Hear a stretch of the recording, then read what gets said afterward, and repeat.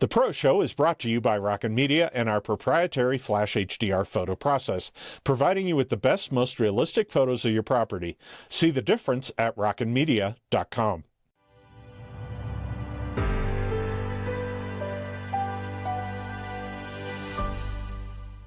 Damn.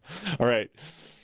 Here we are again with Nancy and Kristen. Kristen is from KB. If I push the right buttons now. See, I told you my brain's not on. Well, here we are again with Nancy and Kristen is from KB Real Estate and Lending. Kristen Boano. Good morning, Kristen. How are you? Rick, I am so good. How are you? I'm doing good. And we also have Nancy Alexander from Smart Mortgage Services. Hi, Nancy. Good morning, sir. Hey, Good morning, Kristen.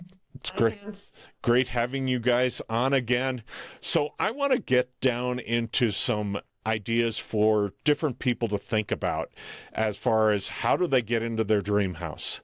And maybe their dream house and their picture needs to be what their dream house is, may need to change based on what I can afford. Because obviously we hover between 6.75% and 7%. Some people's expectations need to be managed, I'm guessing, in this new world. Because it doesn't seem like, at least around here, we're seeing price decreases, but not relative to the rate increases. How about in California, Kristen? Yeah, you're correct. Very, very, very similar. You have those folks that want to, you hear it all the time, oh, the rates, and oh, we're going to wait till they come down. Well, it doesn't really work that way because, as we know, Nancy and I have chatted about this, rates go down and prices go up, and you're in that same, you're chasing the market. So, it's a little, if we all had a crystal ball, we all would be in a great position, but we just move through it and keep building that real estate wealth. What I never understand in this world is why when rates go down, prices go up, but when rates go up, prices don't go down nearly as fast. And I think it's probably because everybody fell in love with that Zillow Z estimate back when rates were high. And so I think that's probably the getting real part of it in this market today. And a lot of sellers are starting to get there, but a lot of them are still not getting there. But let me take an example. Let's just say my wife and I combined make about $100,000. Okay. And I am wondering what I should do and how much I should even start looking at, because it doesn't do me any good to go look for $1 million home if I qualify for 500 or 450 or 370. And I also have my own preferences about how much I want to spend. So let's talk a strategy around that one, and maybe then we'll come up with a different one and see whether we can get some people some ideas as to how they can get there. So Nancy, do you want to start? I think you started it off the way a lot of clients started off, is to say this is the income I make, but what we forget is that we have a ratio that we're playing with, or a calculation we're playing with, which is called debt to income. Okay. So if you have zero debt, right? Mm-hmm. No car payments, no credit cards, no student loans, nothing on the revolving side. So if you're not an American, is what you're saying. Right. I mean, then we can look at your 100,000 and say, okay, you've got 100,000. Okay. And then we take, right. And then Kristen, I play with it and say, okay, let's break 100,000 down into, what is it monthly? Mm-hmm. So what is that? About 68? What, 6,800 a month? 83.33, I think, is what it works out. I think you're right. 12 divided 83.33. So if we say we have no debt, cut that in half. Okay. Say 2 divide by, right? You're down to 41.66. So your overall payment can't exceed your all-in payment, right? Kristen and I speak a different language, like the way an engineer would. Mm-hmm. A physician would. You, right, in the photo field, Rick, do. We all speak this different language, but all in means principal, interest, taxes, insurance, HOA, if in fact it's included in that particular property, right? That's all in. So you couldn't exceed 41.66 all in a payment if you wanted to stay to where your debt to income is approvable. Does that make sense? Yeah, so you have to keep it under 50%, but I'm probably a little more conservative. So I want it to be more like 35% because I want to have a life. So how does that work? So now instead of 41, I'm at 36 or 35 just to make myself comfortable. But maybe, okay, so you talk me out of why I shouldn't be conservative. Well, it's not about being conservative, right, Kristen? It's about what are they, because we're looking at 50% gross income. Correct. Why do we only go to 50%? Well, because you still have another 50% over here, right, for all those things that don't come on a credit report. Food, Yeah. parties, grocery, I mean, gas, insurance. Yeah. How about income taxes? That's not part, because that's the real problem is that, and correct me if I'm wrong, it used to be like 30%. The world used to be 30%. You're right. Because 30% of gross, because people pay usually 25 to 30% in taxes. That leaves you, what, 20% to live on? Yeah. Those ramen noodles come back into my mind, Kristen. I don't know about yours. Well, it's managing expectations. That's the other thing. And then you hear Nancy and I discuss, we use the word strategy quite a bit. And I always like to say, well, what's the play? What's the play? So, I mean, that's where the conversation turns to, okay, that's great, Rick. You may qualify for this $4,100 a month payment. I get it. You only want, not only, but you would prefer $3,600. Right. Let's see what that buys in your particular area. You say you want to live in this area. Right. If this is what you want, this is what you can buy. You can afford this, but this is what you can, what you can buy. And then it's managing the expectations. And then like Nancy says, I always ask, what's the play? Like, what's the plan? Are you going to live here forever? Well, no, this is my first home. Why would I do that? Or what, is this your last home? That's part of when we say strategy, that's what we're talking about. Does it make sense to go to that higher payment? Maybe you want to go to that higher payment because you have to have that school district or you have to have that certain area, whatever that looks like. Well, and Kristen, I think you're spot on in the sense of the strategy of saying, because we're always assuming or talking 30-year fixed. Right. But I have a lot of younger people, which I think is super cool, that's looking at the 15-year fixed, 20-year fixed, right? Yep. You can go in on a 25-year fixed. You don't have to be regimented like we always have been in the past of 10, 15, 20, 25. My God, you can do an 18, you can do a 13 if you want to for your amortization. Right. And it's, I think it's like anything. It's like, what are you willing to forfeit for what do you think you're getting? What's the application of what you're getting? Right. Similar to that. Remember when you bought your first car, Rick? And you were like, I only want to spend $150 a month or whatever it was. Yeah. And you knew that you wanted, a Porsche, let's say, but you knew the $150 a month wasn't going to cover the Porsche. So it's very similar with real estate. Right. I mean, the beer budget, champagne dreams, the whole, that whole adage. But to Nancy's point, yeah, we are seeing, how many people live in their house for 30 years and never refinance or, whatever that looks like. So it is interesting to see that shift, especially with the younger borrowers. Well, I want to own my property. I don't want to have a payment in X years or whatever that looks like. So maybe they saw the family struggle in the 07, 08, 09, drama that we had going on then. So yeah, it's definitely interesting. And, like Nancy and I have said, there's so many different ways you can go. And it's, we all know this is why we do this. Real estate is a game of gaining wealth.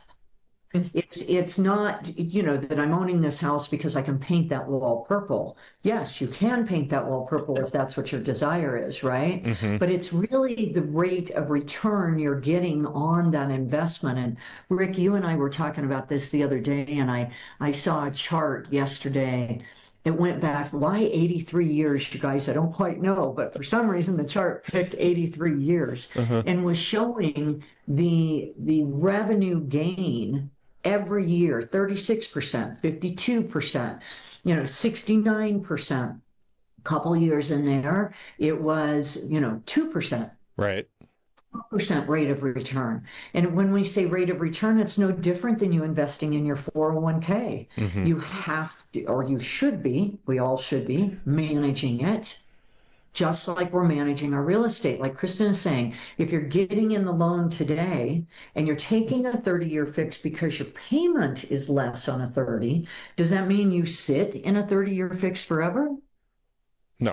It's like, well, no, you've got the ability to refinance. And same with a car, right? How many people do I see with these very expensive cars? You have the ability to refinance, Mm-hmm. manage your money to work for you. But the real estate market, it is so beneficial because it's finite.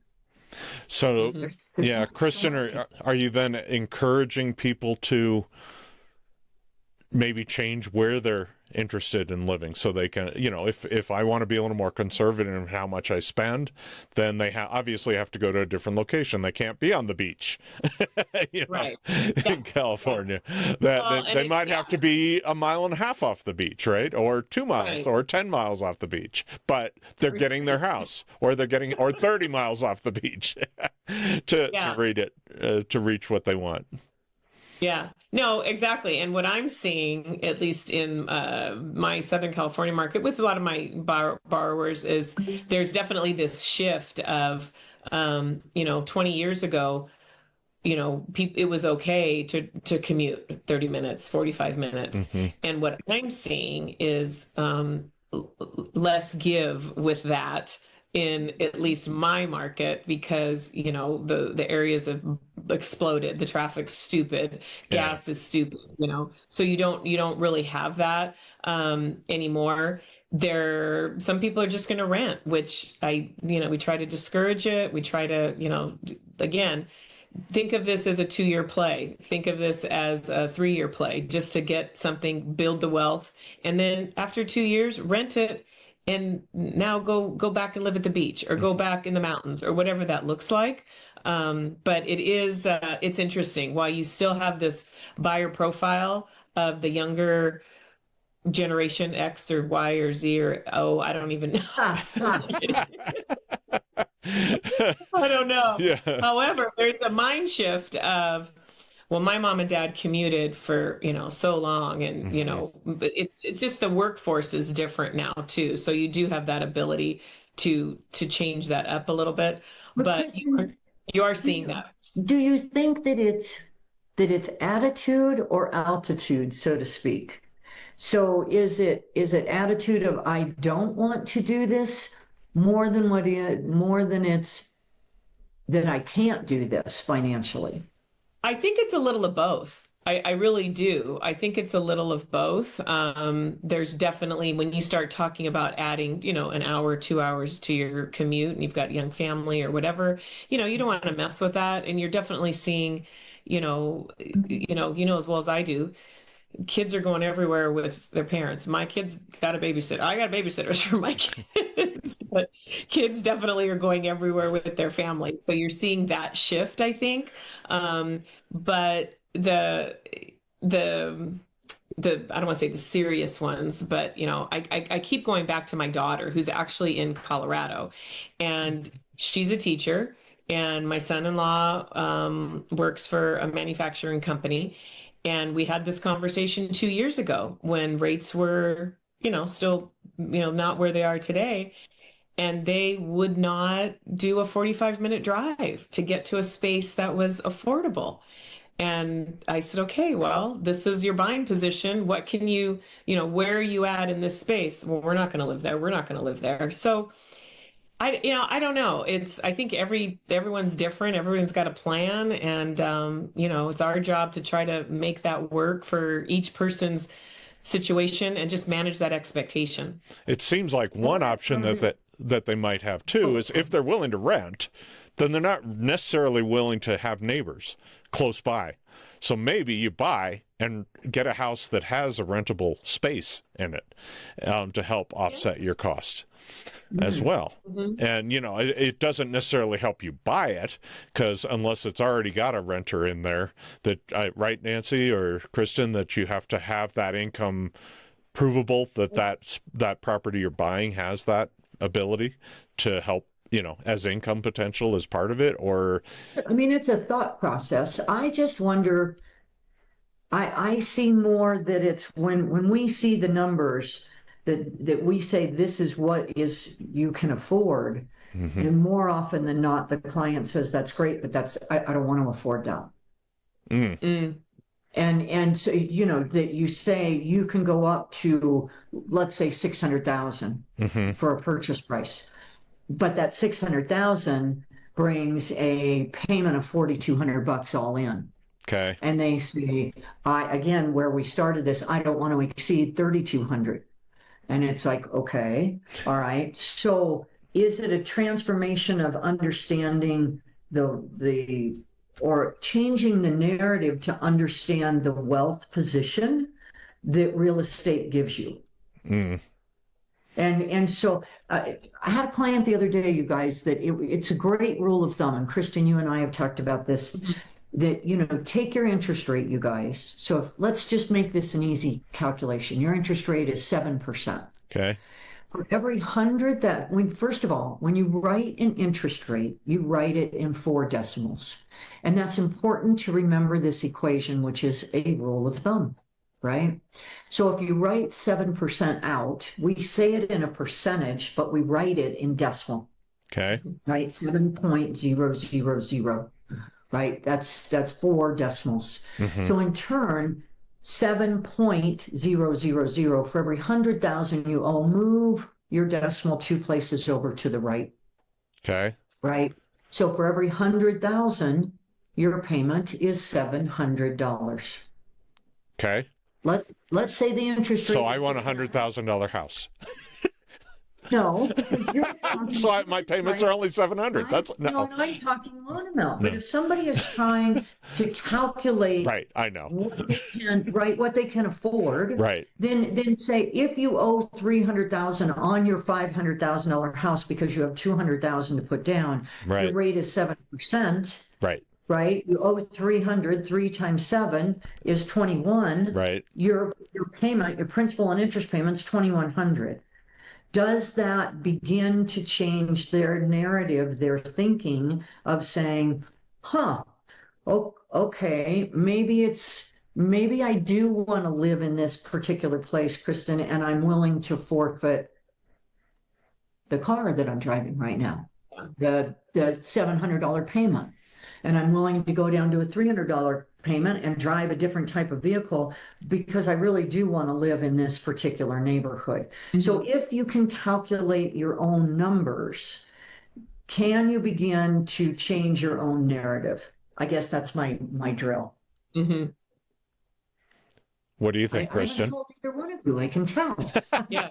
No, I feel like, we need a whiteboard. I mean, the good news is it's pretty easy, and especially at 7%, because you just, 700 times 3 is 2,100. Then you add in whatever 500 for taxes, insurance, HOA if you got it. Right, if you're lucky. And then that's where the conversation comes into. Okay, if that's well, how can I improve that buying position? Do I put more money down? How do I change my loan amount? Do I ask the seller to we talked about the 2-1 buy down a couple weeks ago. Do I ask the seller to help pay for that? And what does that look like? That's part of that, that strategy. Even if I had the extra money for a down payment, if I know I'm only going to be here, I deal a lot, we have a lot, well, you guys too, the military, your military kids, active duty, they're only in a place for 2 years, typically, Right. depending on what their situation is. So, okay, do I put more down? Do I, so that's the whole, when we say play and strategy, that's what Nancy's talking about also, is what does that look like? And okay, so I suck it up for a few years and I drive the $300 a month car. But in the meantime, I'm creating this real estate wealth that I'll be able to buy the $500 car a month later, not today. Well, and Kristen, again, if you take that same equation of 100,000 interest rate, do the same for 10,000. Move your decimal place one place over to the right instead of two, and your 7% turns into $70 for every 10,000. So then you're looking at a client and saying, okay, if we're only talking about 30,000 or 50,000 or whatever that number is, it's like, is it better to keep it in pocket and have $70 more on your payment for a $10,000 wash? Right? To hold the 10 grand rather than invest the 10,000 in the real estate to drop that payment by, I mean, that's an amazing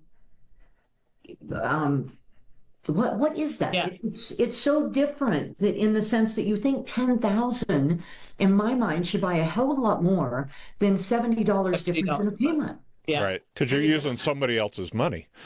You're using somebody else's money to build your Not wealth. necessarily. You're using your own money. Oh, that's true.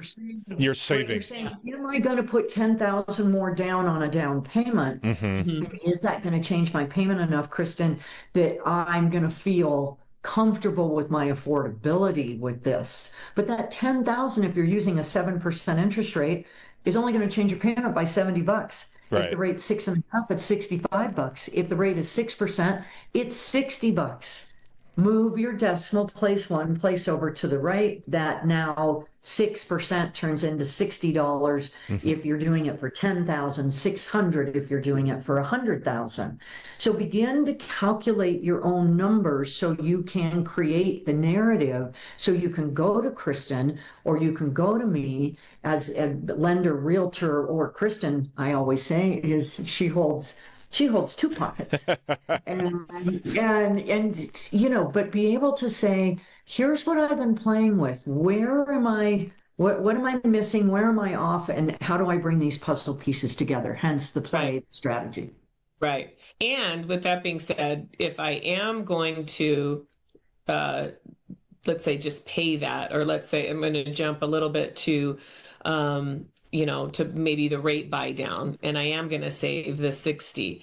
And if I'm only going to be in the house for 2 years, now I'm going to have to do the math of, okay, 60 times, if it's 60 a month times 12, but I'm only going to be in the house this long, like where does that sit? Or, okay, to the 100 grand, am I going to, will I see that appreciation in my real estate, or do I go throw it, in a CD or investment or whatever, and see where my best return's going to be? So again, it all comes into play.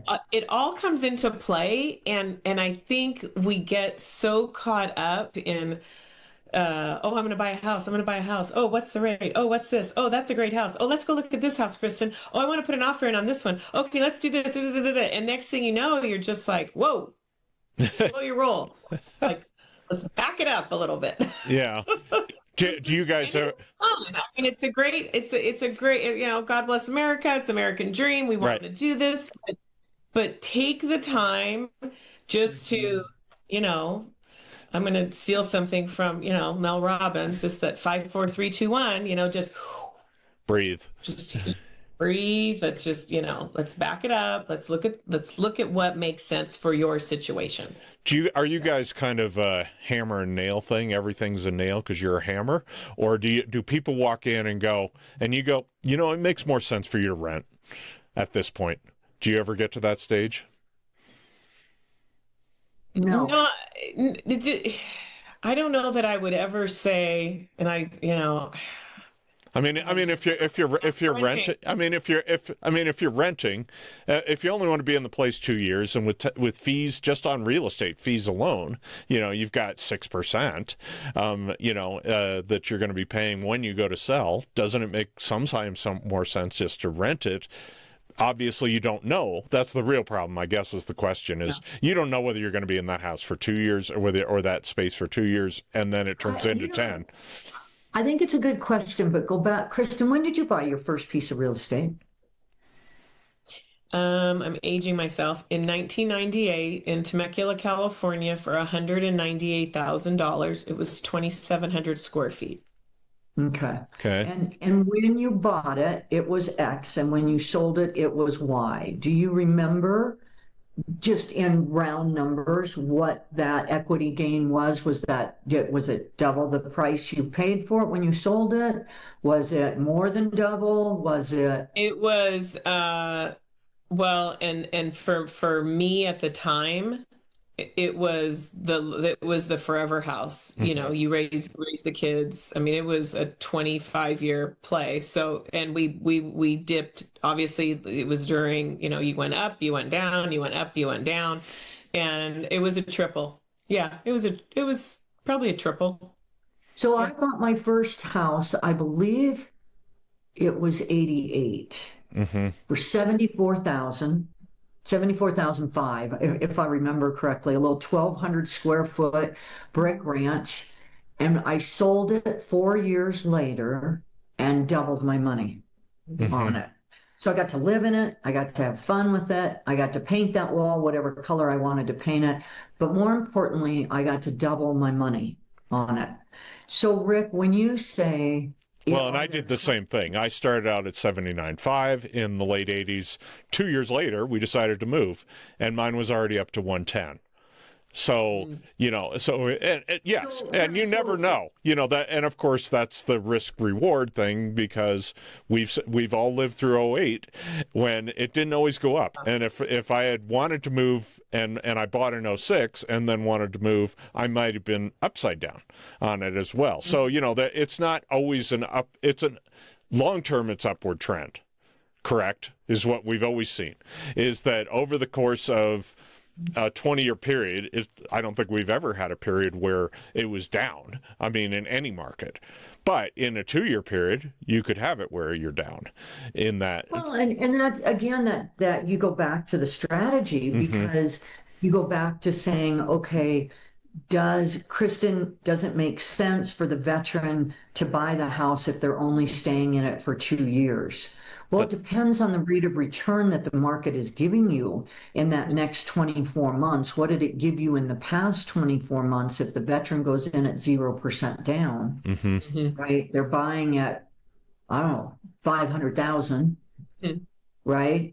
In 2 years, is there a possibility, depending on, and again, it's location, right? Where are you buying it? What are you buying? Are you going to get 100,000 in revenue in a 2-year window? Well, I don't know. It depends on what the condition of that house is when you're buying it, and what sweat equity you're willing to put into it to improve. You can't change its location.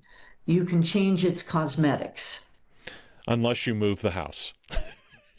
Put it on a trailer. I guess, rent the trailer, move. Yeah, there you go. Oh my God! But I mean, you could move it, but it's a lot of work depending on the size of the house. Kristen, do you still advise people that they should buy the smallest house in the neighborhood? Is that still a rule of thumb? Yeah, kind of, sort of. Because things tend to. Maybe it was a Rick's rule of thumb that I never even thought about. Because I always heard that if you bought the smallest house in the neighborhood, you had the greatest chance for appreciation, because the bigger houses are going to drag you up. Buy the crappiest house in the neighborhood. Oh, yeah, there you go. Yeah. Okay. You put flip the sweat it. equity. You buy the house that doesn't have the yard. You buy the house that maybe the door is hanging off the frame because because you're like, I can understand that this is an asset and I can put my sweat equity into it, and I can pull this thing up in equity by 30,000 just by putting some Fixing it elbow up. grease. Fixing it up. Right. Yeah. The Yeah. appraiser's still gonna, I mean, your 3-bedroom house versus your 6-bedroom house is Right. not gonna, appreciate as much because your appraiser is gonna come in and dictate that value as well. So Right. I advise people to buy a property that makes sense for what their needs are at the time that they need it. And we just go from there. I think it also goes back to what Nancy was saying in expectations.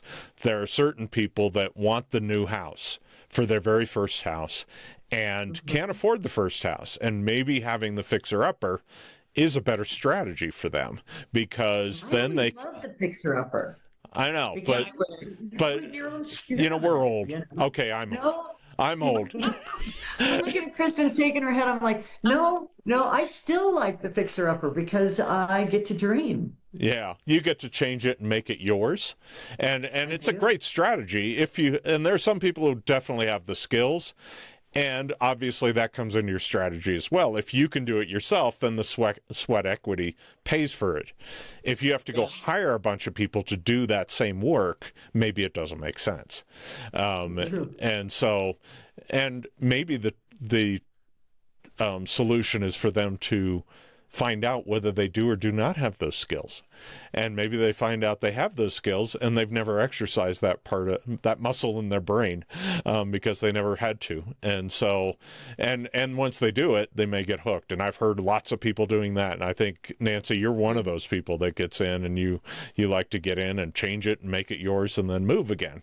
And I do. My mother always had this great saying, and I think, for years now, I've looked back and said she was right, that it's like you move into a place and you just sit with it for the first 6 months. Because typically, even when I'm buying it, I'm like, that wall's coming out, this deck is going off, that's going to be enlarged, that's got to be repainted, rip up that carpeting, throw down some hardwood floors, etc. And then if you just stop and live in it for the first 6 months, it's amazing how many of those thoughts change. It's like, oh, I see why this wall sits here. right. And I see why they built this way, yeah. No, I'm design impaired, so I don't do any of that stuff. And I love that, Kristen. God, to me, that's the part of the game Need that's professionals for that shit. that's where my art comes in. It's like, all right, come on, let's have some fun here. Yeah. God, we're all different. That was another saying she would always say. Thank God. Yeah, and there are other people who walk in and the stuff they didn't notice all of a sudden is like, why did I buy this house? Because I hate that wall being there. And that's the time when you go, well, let me move that wall because it's probably going to tick off somebody else if I go to sell. Right. And Nancy talks about, painting her walls, but then she gets to paint them back to neutral so Kristen can sell her house. Cause... So, Kristen, is this why you do both? I've always said I wouldn't be a realtor because there's so much emotion. It's not my emotion. It's the other person. Kristen, oh my God, I love it. We got to write a contract. We got to hurry up and do it. We got to do it right now. And then they go under contract, right? And then you 24 hours later say, well, with luck have it, whatever statement you make, you just got yourself a house. They accepted your contract, and the person freaks the what out and goes, holy shit, what do you mean I'm buying a house? Why did you talk me into this? Why did you let me write this contract? And I'd be going, oh my God, what is the matter with you?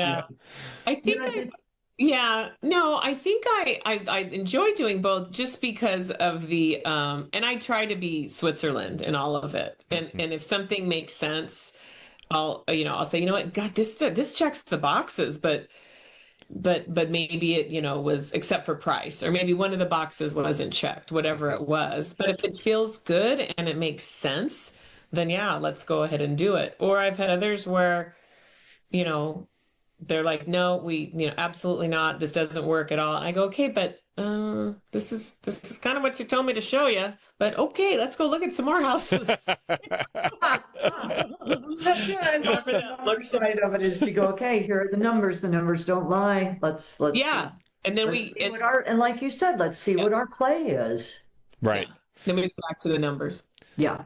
And Kristen, then if you start with the numbers, because you have that real estate side too, you can go, okay, given where you're at right now and what you want to spend, here's what you can afford where. So let's go. Are any of these places up where you want to live? Do you want to live X? Do you want to live Y? No, I really don't. I want to be in Long Beach, or I want to be in Anaheim, or wherever. And you go, okay, well, in Anaheim, you'd have to make $100,000 more to make that play. Or maybe you need to find a house that could have a rentable space, or maybe you need but I think it probably helps to have you being able to look at both sides of it, doesn't it? Mm-hmm. Oh, Yeah, no, absolutely. Yeah. And that's always been, my thing. I had a client, they're like, okay, this is the last house. I don't want to be near a school. I don't want to have, anyone behind me. I don't want to pay, crazy, stupid, extra taxes. I want something that was built within the last 10 years. And I want this price. Yeah. I'm like, okay. All right. And so then I want rainbows and unicorns. Yeah. And then they send me, for it though. Yeah. But then they send me the link. Like, oh, did you see this one? And I said, well, this one really wasn't in the boxes, but we can go look. And then of course, oh, this is it. Let's write on this one. Right. And it had nothing to do. So, but from a financial standpoint, it made sense. I mean, pricing made sense. We were able to negotiate, a little bit of closing costs, buyer broker, all of that. So all of it made sense. So no real fixed, hard and fast rule.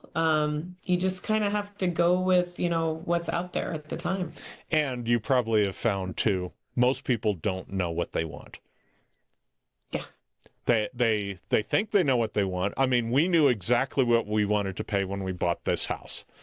And we ended up paying 15% more than that because of the house. And it made sense. We had just paid off our other house. We wanted to take exactly that amount and put it into this and not have a mortgage payment. And we couldn't do it. And so, but we decided, okay, that really is what we want. It wasn't what we thought we want, it's what we actually did want. And I think putting down the money really tells you what you really did want. Nancy says it's just navigating those emotions, and it's navigating a lot of different things. And it's funny because and it's very stressful. It's stressful. What was it? Moving is top 4 stressors with death and marriage or whatever. And so, whatever it is. So dying. Go through that. Dying's a top stress, I think. Yeah. We're evil, Nancy. We make people move for a living, damn it. We make them make money for a living. Yeah. And we help them make money. You are absolutely correct. Really, that's, I look at it and there is not a house that I've purchased, and I buy about every 5 to 7 years. I mean, Rick, you and I have talked about this, and we're very different. Rick's like, unplanted, this is it. And I'm like, okay, I've done what I needed to do here. I've had the experience of the forest. Right now I'm sitting on 35 acres up on a mountain, and it's like, okay, I've been here 6 years. I'm almost getting a little antsy going, okay. What's next? Right. What's next? It's maybe time. Now I'm going to get a condo downtown. Oh my God. I think I'm going to split my throat. But you might go to Elizabeth and get 70 acres horse property. There has never been a property that I have bought and sold that I have not made, I'm going to say, extreme profit on. Never. Yeah. Never. So it's finite, you guys. Well, and the reality is that even though we have found our home and been here 21 years, we also used the value of that home to go buy more land. Right. That's right. So so in essence, we did sell it, We just didn't have to sell it because we took the value of that. You just didn't have to move. We didn't have to move. Exactly. That was going back to strategy, building real estate wealth. Mm-hmm. I'm just going to wrap it up. Strategy, build real estate wealth, and grow that investment. And you had a great strategy. Well, we'll see. Yeah. Haven't paid off the house again, so because we keep investing other places, and they whoever they is could always still take it, if something happens, as long as you don't own it, and the bank owns it, you don't own your house. That's kind of always been the way I've been taught. Well, you share ownership. Yes. But you stop making that payment. They don't take half the. They don't go, well, we'll pay half. Even ourselves, Kristen, I don't know how often you buy, but when I do my own mortgage, I think, oh my God, this is what I put my clients through. It's like, you want what piece of paper? And then you go back to go, well, you are borrowing $500,000. Right. You're borrowing $1.2 million. So that banker that's going into business with you just does want a few more documents. Yep. It's like always know that there's an opportunity to give more documentation to get that loan until you get that clear to close. Right? Yeah. Yeah, and it is a partnership. There's no question it's a partnership. That the bank owns a portion, you own a portion, right? 20% down, bank owns 80%. Make sure your partner is a good one, right? Yes. However, if you stop making your payments, it doesn't split out that way. No, it doesn't. No, they take 100% of it. So don't do that. Make your payments and go, well, we're in a partnership, Mr. Bank. Why are you doing this to me?